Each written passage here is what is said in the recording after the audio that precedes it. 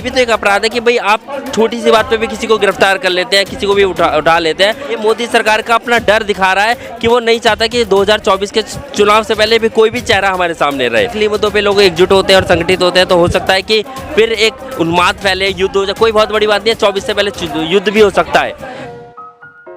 कि मोदी सरकार तो अपने बारे में, कोई भी सरकार होगी आमतौर पे झूठ ही प्रसारित करेगी। अपराध कम हुए हैं कुछ है, आप ये कहें कि अपराध जो है ना, जैसे कहें कि एक अगर कहें सरकारी अपराध बढ़े हैं, आप कहें गुंडागर्दी लोकल लेवल के हो रहे हैं, लेकिन अगर कहें सरकार ने जो अपना पुलिस का तंत्र है उसे मजबूत किया है। और किसी को भी हम कहें कि ये भी तो एक अपराध है कि भाई आप छोटी सी बात पे भी किसी को गिरफ्तार कर लेते हैं, किसी को भी उठा लेते हैं। तो सरकार अगर कहें कि सरकार खुद आपराधिक रूप में काम कर रही है ना, तो सरकार अब किसी का भी कोई बयान देंगे तो उनको जेल में बंद कर देंगे, इनको विपक्ष को जेल बंद कर देंगे। हो सकता है हम तो कहते हैं 1% मनीष सिसोदिया ने घोटाला किया हो, 1% मान ले, लेकिन ये भी सच है कि जो सरकार उन पर आरोप लगा रही है, जो सत्ता में बैठे हैं, सत्ता पक्ष है, वो भी पाक साफ नहीं है, वो भी साफ सुथरे।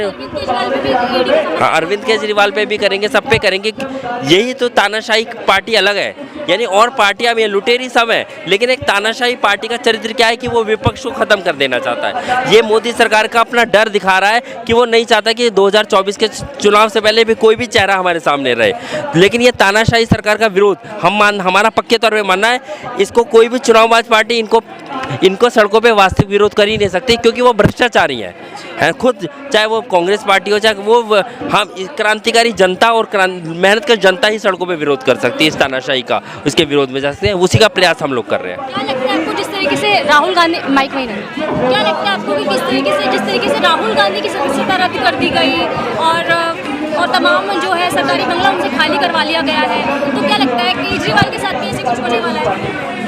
देखिए, मुझे वैसे लगता है कि ना, अगर ये इतनी ज़्यादा तानाशाही करेंगे तो इनको इसका नुकसान हो सकता है। मुझे लग रहा है ये बहुत सारा डर का माहौल बनाएंगे, जो एक दो लोगों को कर सकते हैं वो करेंगे, लेकिन असल में ये क्या है कि ना, विपक्ष को हाँ ये है कि विपक्ष को लगभग ऐसा करना चाहते हैं कि ताकि 2000 का चुनाव, ये चाहते हैं 2024 का चुनाव एक औपचारिकता हो, जिसमें विपक्ष डरा रहे, खत्म हो जाए, आधे लोग चुप बैठे, जो भ्रष्टाचारी चुप बैठे रहे, या विपक्ष बहुत सारा जेल में बंद हो जाए, ये भी हो सकता है। और एक फॉर्मेलिटी हो कि हाँ ठीक है, चुनाव हो रहा है और मोदी सरकार अकेली बची रहे। लेकिन हम मानते हैं कि अगर जनता क्रांतिकारी तरीके से सड़कों पे उतरी और सड़कों पे इनका विरोध कर उनके वास्तव में बताया कि कैसे आरएसएस और मोदी सरकार ने देश को लूटा है, खसोटा है, तो हमारा मानना है कि इन वास्तविक मुद्दों को ले जाए लोग इन्हें वोट नहीं देने वाले हैं।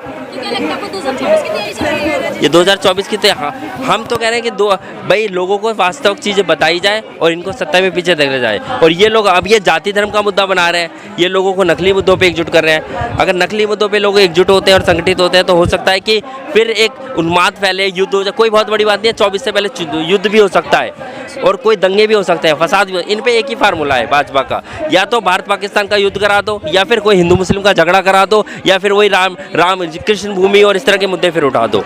इसी मुद्दे को ये लेकर आएंगे घूम फिर के। लेकिन हमारा पूरा प्रयास है कि जनता को बताना कि हमारे असली जाति धर्म हमारा व्यक्तिगत मसला है, इसका हमारी राजनीति से उससे कोई मतलब नहीं है। हम कह रहे हैं जो वास्तविक चीज़ है कि महंगाई, शिक्षा, रोजगार पे लोगों को एकजुट किया जाए। इन्हीं मुद्दों को लेकर हम लोग जा रहे हैं। ये यात्रा आज पहला चरण है जिसका समापन हो रहा है, हम यात्रा फिर कंटिन्यू करेंगे आगे। देखिए, बस एक लाइन में ये कहना चाहेंगे कि विपक्ष को ये अलग अलग तरीके से रोकेंगे।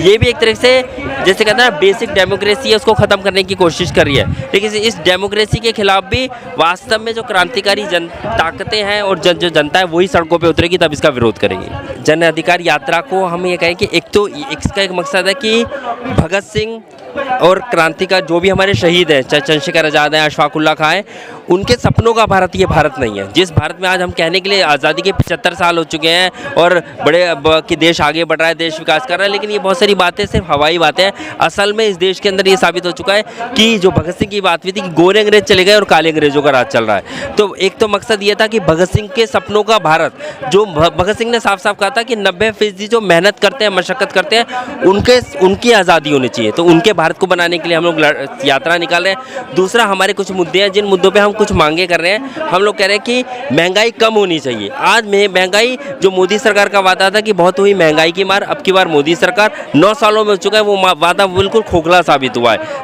रसोई गैस का सिलेंडर कहाँ पहुँच चुका है, आटा दाल तेल जो भी चीज़ें ले लें सब महंगी होती जा रही है। तो एक तो महंगाई बड़ा मुद्दा है, एक हमें क्या कह रहे हैं कि रोजगार की गारंटी। मोदी सरकार ने कहा था कि हर साल 2 करोड़ लोगों को रोजगार देंगे, इस हिसाब से 18 करोड़ लोगों को रोजगार होना चाहिए था। अभी आपको तथ्य बताऊं, 22 करोड़ लोगों ने इस आवेदन किया इन 8-9 सालों में सरकार की नौकरी के लिए। महज 7 लाख लोगों को नौकरियां मिली हैं। तो आप सोच रहे कितने करोड़ लोग बढ़ रहे हैं और कितने लोगों को मिल रही है। तो रोजगार के नाम वादे में भी मोदी सरकार फेल है। दूसरी बात है, अच्छी शिक्षा और चिकित्सा भी लोगों को नहीं मिल रही है। हमने कोरोना काल के अंदर देखा पूरा स्वास्थ्य जो विभाग था वो फेल था। कितने लाखों लोग इसलिए नहीं मरे कि इसलिए मरे कि सुविधाएं नहीं थी। असल में लोग सड़कों पे चलते रहे, मरते रहे। तो इससे में भी मोदी सरकार फेल है। तो एक लाइन में कहें कि तो इस यात्रा का मकसद है लोगों को बताना कि महंगाई, शिक्षा, चिकित्सा पे एकजुट हुआ जाए, और जो हमें बांटने के लिए दंगे फसाद कराती है, हिंदू मुस्लिम कराती है, इस पे हम लोग इन मुद्दों, ये नकली मुद्दे हैं, असली मुद्दे हैं शिक्षा, चिकित्सा, रोजगार, इन पे एकजुट हो। सर ये बात ऐसा कहते हैं विपक्ष में रहकर ये बातें करना आसान होता है, बट जब सत्ता की बात आती है, चाहे वो कांग्रेस पार्टी हो चाहे वो आप हो, इस पर कोई भी कार्य इतना नहीं कर पाता है। देखिए, एक ये बात एक सच है कि अगर हम कहें कि आर्थिक नीतियाँ एक होती है इकोनॉमिक पॉलिसी, वो सबकी एक जैसी है। अगर ऐसा नहीं कि कांग्रेस, भाई हम 65 सालों से जब कांग्रेस का राज रहा तो भी इस देश के अंदर मजदूर बर्बाद थे, और उसका ये बस ये कि हाँ मोदी सरकार ने आने के बाद वो लूट की दर कई गुना बढ़ चुकी है। वो लूट पहले भी जारी थी, ऐसा नहीं। तो हम ये कह रहे हैं कि ये बात से चाहे वो आम आदमी पार्टी हो, चाहे वो कांग्रेस हो या कोई भी पार्टियाँ, सबकी आर्थिक नीतियाँ सभी पूंजीपतियों के लिए काम करने वाले हैं। ये बात है विपक्ष अपनी बात कर रहा है, लेकिन मोदी सरकार का जो करैक्टर अलग है, ये तानाशाही सरकार है। ये अलग तरह की, यानी कि आपको यानी कि अगर कोई बयान दे, जैसे आज ठीक राहुल गांधी ने जो बयान दिया, हम राहुल गांधी की बहुत सारी नीतियों से सहमत नहीं होते, लेकिन ऐसे कितने गंदे बयान तो भाजपा वाले देते रहते हैं अगर उनकी सदस्यता करते के। तो ये एक जो तानाशाही सरकार है, इसका अलग हम मानते हैं कि इस जरूरत है कि इसका विरोध होना चाहिए, सड़कों पे उतरना चाहिए। दूसरी बात क्या है कि हम अपना क्रांतिकारी विकल्प तैयार कर रहे हैं। अगर हम लोग आज सड़कों पे उतरे तो हम ये नहीं कह रहे कि हम इनमें से किसी को चुनेंगे। हम भारत की क्रांतिकारी मजदूर पार्टी की ओर से हैं, और हम लोग कह रहे हैं कि मजदूरों मेहनतकशों की ये पार्टी बनाई गई 2018 में, वो अपना एक क्रांतिकारी विकल्प पेश कर रही है। सर अभी आपने इकोनॉमी की बात करी थी, आर्थिक स्थिति की बात करी। अभी भारत 5वें स्थान पर पहुंच चुका है वर्ल्ड इकोनॉमी पर, यूके को पछाड़ते हुए। इस पर आपके क्या विचार है, जिस तरह आप बात कर रहे हैं महंगाई की और बाकी अदर चीज़ों की? देखिए, पहली बात तो है ना, बहुत सारे आंकड़े और बहुत सारे तथ्य होते हैं, वो बहुत सच, जरूरी नहीं कि वो सच्ची होते हैं। और दूसरी बात है कि आप सोचिए कि जैसे कई बार सरकार क्या करती है, चालाकी करती है कि हमारी प्रति व्यक्ति जो इनकम है, प्रति व्यक्ति आय है वो बढ़ गई है, लेकिन वो उसका तुलना कैसे कहता है कि एक अगर आदमी कोई परमन 10 लाख कमा रहा है और एक 5,000 कमा रहा है, दोनों को जोड़ के तब वो औसत निकाला जाता है। तो असल में क्या है कि इस देश के अंदर बड़े, हाँ ठीक है, बड़े बड़े पूंजीपतियों की और बड़े बड़े व्यापारी के, भाई ठीक है, अडानी अभी कुछ दिनों पहले ऐसा था कि विश्व के 3रे नंबर के अमीर आदमी बन चुके थे, है ना, अब शायद नीचे गिर गए हैं फिर से।